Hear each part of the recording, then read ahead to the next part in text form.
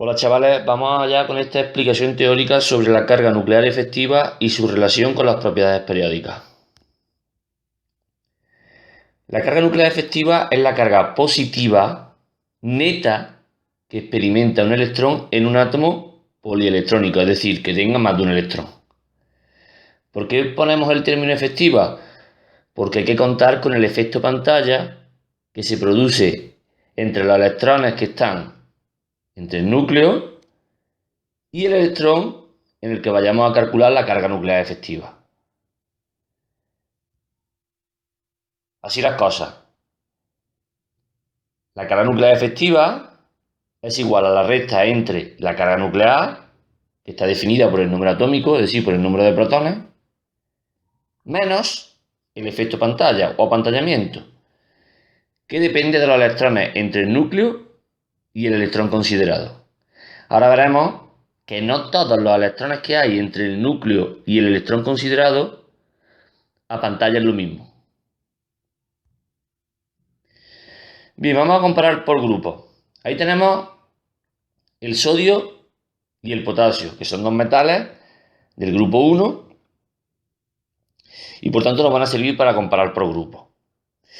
Vamos a hacer un cálculo rápido y somero y no muy exacto realmente de la carga nuclear efectiva, pero creo que nos va a valer. En el caso del sodio, aquí lo tenemos. El sodio tiene 11 protones y tiene 10 electrones internos, es decir, entre el electrón más externo, el 3s1, y el núcleo hay 10 que están aquí puestos en verde. Por tanto, la carga nuclear efectiva del sodio es 1. En el caso del potasio, vamos a ver que la carga nuclear también es 1.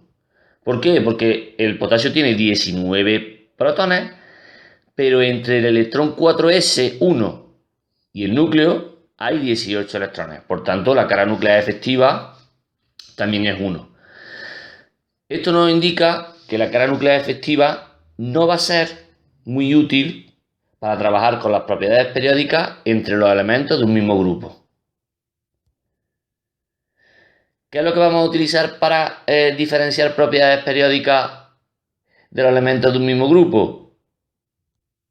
Pues los niveles electrónicos ocupados. Es decir, en este caso, el potasio tiene el nivel electrónico 4 ocupado por un electrón, algo que no le pasa al sodio. Y esto es lo que va a marcar la diferencia en las propiedades periódicas. Es decir, en el caso del radioatómico, evidentemente, ese nivel 4s va a ser que el radio atómico del potasio sea mayor que el del sodio. Evidentemente, si hay un nivel electrónico 4s ocupado en el potasio y no en el sodio, pues esto va a marcar la diferencia. En el caso del potencial de ionización, pues evidentemente lo que va a marcar la diferencia también es la cercanía al núcleo, es decir, sacar el electrón del nivel 3s va a ser más difícil que sacar el electrón del nivel 4s del potasio.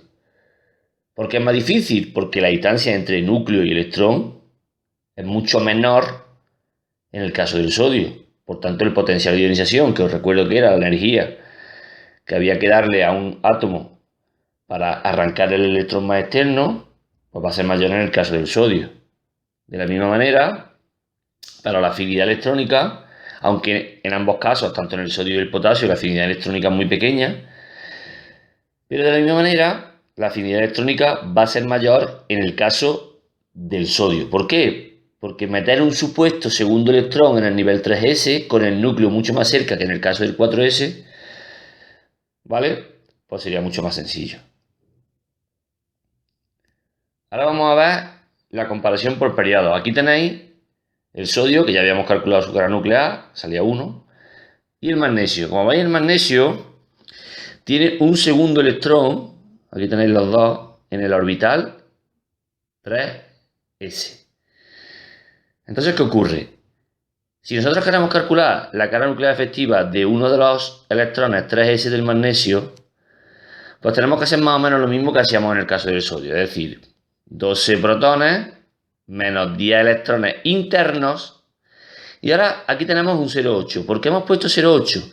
Pues porque el electrón que está en el mismo nivel de aquel cuya carga nuclear efectiva queremos calcular, no va a pantallar lo mismo que los electrones más internos. Por eso le hemos puesto un valor de 0,8.